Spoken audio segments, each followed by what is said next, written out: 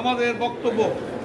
আমরা বলতে চাই, দেরিতে হলেও সুপ্রিম কোর্ট আইনজীবী সমিতির দায়িত্বে যারা আছেন তারা একটা নির্বাচনী একটা তফসিল ঘোষণা করেছেন। এর জন্যে আমরা তাদেরকে ধন্যবাদ জানাই।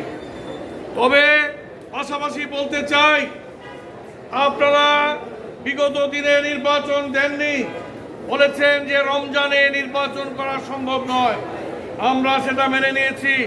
আমরা বলেছি ঠিক আছে, রমজানে নির্বাচন দেওয়ার প্রয়োজন নেই, রমজানের পরে আপনারা নির্বাচন দিবেন। কিন্তু দীর্ঘদিন হয়ে গেলেও আপনারা নির্বাচনী তফসিল ঘোষণা করেননি। কিন্তু আজকে আবার সেই রমজান মাসে আপনারা নির্বাচনী তফসিল ঘোষণা করেছেন। আমি বলতে চাই, আপনাদের উদ্দেশ্যটা কি? আপনারা একবার বললেন যে রমজান মাসে নির্বাচন সম্ভব না, আবার 1 বছর থেকে 1 বছর সময় কাটিয়ে এখন আবার রমজান মাসে নির্বাচনী তফসিল ঘোষণা করলেন। নির্বাচনী তফসিল স্থগিত করেন।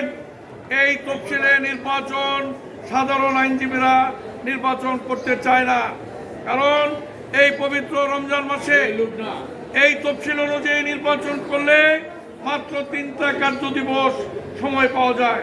তাই এই তফসিল বন্ধ করে আমরা সাধারণ আইনজীবীদের পক্ষ থেকে লিখিতভাবে আমরা বারের যারা দায়িত্বে আছেন, প্রেসিডেন্ট, ভারপ্রাপ্ত সম্পাদক, তাদের বরাবরে আমরা লিখিতভাবে আমরা দিয়েছি।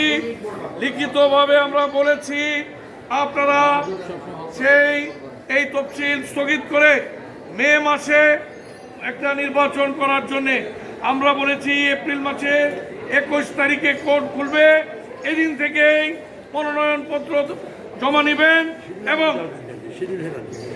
আমাদের সেটা প্রস্তাবিত শিডিউল, সেটা তারিখ এদিক সেদিক হতে পারে, সেটা না। তবে রমজান মাসে আমরা নির্বাচন চাই না, সেটা বন্ধ করতে হবে। তাই